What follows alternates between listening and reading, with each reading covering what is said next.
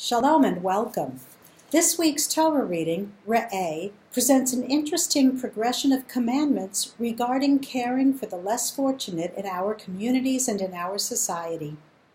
First, we're told in chapter 15, verses 4 and 5, Efes ki lo yihye becha evyon, ki varech yivarechecha Adonai ba'aretz asher Adonai Elohecha noten lecha nachala l'rishta rak im shamoa tishma b'kol Adonai Elohecha lishmor la'asot et kol hamitzvah azot asher anochi mitzavecha hayom.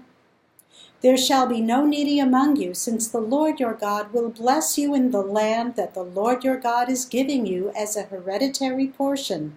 If only you heed the Lord your God and take care to keep all this instruction that I enjoin upon you this day. This is Moses speaking to the Israelites. Now this is reasonable. The Torah and life itself is full of rewards and punishments, benefits and consequences of our actions. And throughout the book of Devarim, we see this thread.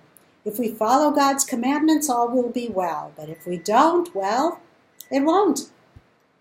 But skip ahead one verse and we're told, Ki v'cha evyon me'achad achecha be'achad sharecha be'artzecha asher Adonai Elohecha noten lach lo te'amatz et levavecha v'lo tikpotz et yadecha me'achicha ha'evyon. If, however, there is a needy person among you, one of your kinsmen in any of your settlements in the land that the Lord your God is giving you, do not harden your heart and shut your hand against your needy kinsman. There's something interesting here, and I have to thank Rabbi Isaac Mann, who wrote this week's Devar Torah for my alma mater, the Academy for Jewish Religion. He quotes Rabbi Samson Raphael Hirsch, who suggested that a person's natural tendency is to have a soft heart and an open hand, that our default mode is to be generous and reach out to help the poor. It takes effort to harden one's heart, as Pharaoh did despite the severity of all those plagues. And similarly, our hands in their natural state are open, indicating a giving and reaching out stance, and it takes effort to close them. In effect, the Torah is telling us to maintain our natural inclination to help the poor. These days, it seems you can't open Facebook or your mail or answer the phone without being asked to contribute to one cause or another. And perhaps that's proof that our natural tendency is to be generous, because these requests do often get the desired result. How many Facebook fundraisers surpass their modest starting goals? Quite a few. On the other hand, so many requests can get annoying after a while, and then we begin to close our hands and harden our hearts just a little, or a lot. We want to be generous, but how far must we stretch?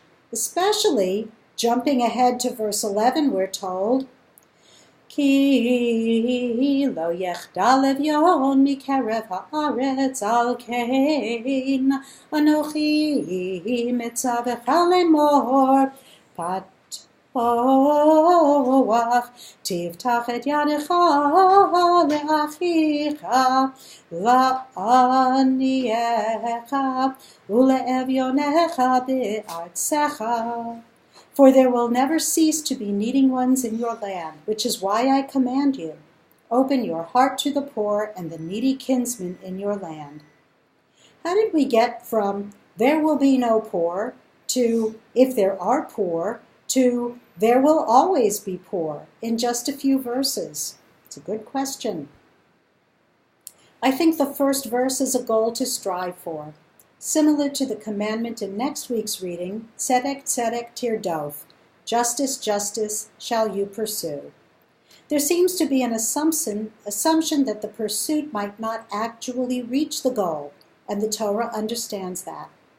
It offers us a way to work towards the goal of not having any needy by keeping our hearts soft and our hands open, and in a way forces, or perhaps persuades us, to work towards maintaining our spirit of generosity, because help for others will always be needed.